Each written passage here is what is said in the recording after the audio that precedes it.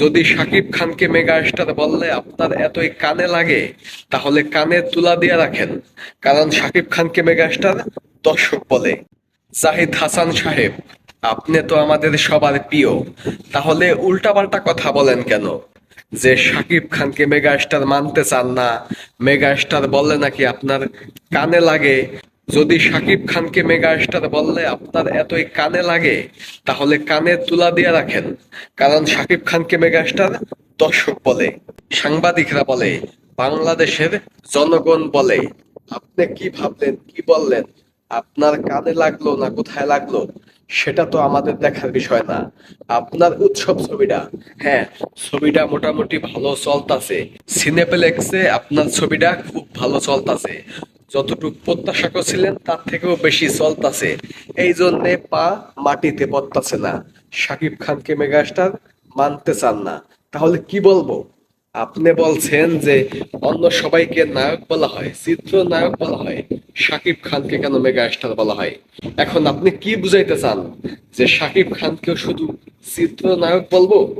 যদি শাকিব খানকে চিত্রনায়ক বলে, তাহলে শাকিব খান যে এত বছর যাবত এত কিছু করলো, এত হিট, সুপার হিট, এত নাম কামাইলো, তাহলে সেগুলা মূল্য কোথায়?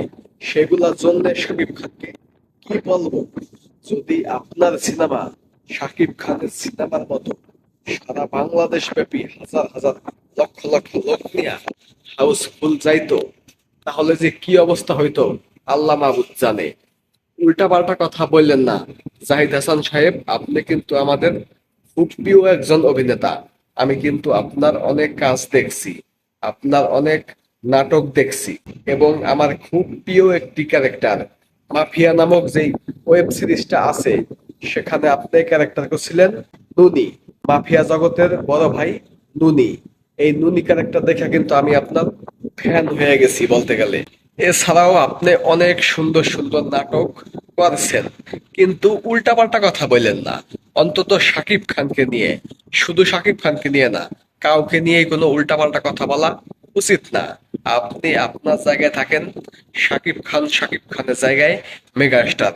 বাংলাদেশে শুধু শাকিব খান বাদে অন্য সবাই নিজের ঢোল নিজে পিটায়। শাকিব খানই একমাত্র বাংলাদেশের স্টার যে কিনা নিজের ঢোল কখনো নিজে পিটায় না, অন্য মানুষে পিটায়। এই যে সুপারস্টার মেগা স্টার এই সেই যত কিছু আছে, সবকিছু কিন্তু সাধারণ দর্শক দিছে, সাধারণ মানুষরা দিছে। আর শাকিব খান ছাড়া অন্য যাকে যা বলা হয় টুকটাক সবকিছুই দিছে তাদেরটা তারা নিজে, অথবা তাদের ফ্যামিলির লোক বা কাছের ভাই বেড়াদার, এরাই নাম দিছে। অন্তত তাদেরকে যা বলা হয়। কিন্তু শাকিব খানই একমাত্র আর্টিস্ট যাকে সুপারস্টার মেগাস্টার দর্শক বানাইছে, সাংবাদিক সাংবাদিকরা বানাইছে। শাকিব খান নিজে বানায় নাই। অর্থাৎ দর্শকে যাকে যা বলবে সে তাই। আর শাকিব খান এখন এমন পর্যায়ে চলে গেছে, এমন উচ্চতায় উঠে গেছে, দেখেন নাই কিছুদিন আগে শাহরিয়ার নাজিম বলছে শাকিব খান এখন মেগা স্টারের থেকেও বেশি কিছু। শাহরিয়ার নাজিমের মতো একজন হিংসুটে মানুষ, সে যদি এই কথা বলতে পারে যে শাকিব খান এখন মেগা স্টারের থেকেও বেশি কিছু, তাহলে বুঝতে হবে যে শাকিব খানের অবস্থানটা এখন কোথায়।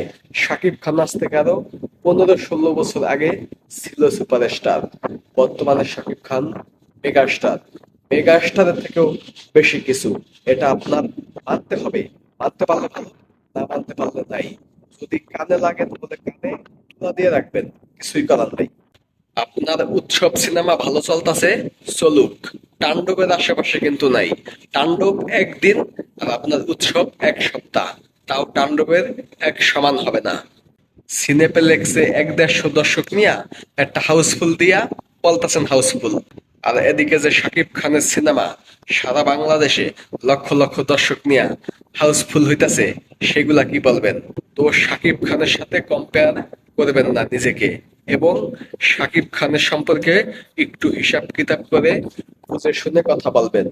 শাকিব খানকে মেগা স্টার বলা হয়, সামনে যদি মেগা স্টারের থেকেও বড় কিছু বলা সম্ভব হয়, সেটা বলবে দর্শক শাকিব খানকে। শাকিব খানের নামের সাথে সবকিছুই যায়। আশা করি বুঝতে পারছেন। ধন্যবাদ সম্পূর্ণ ভিডিওটা দেখার জন্য। আর একটা কথা, যদি এখনো চ্যানেলটা সাবস্ক্রাইব করে না থাকেন, প্লিজ প্লিজ এখনই সাবস্ক্রাইব করুন। ধন্যবাদ।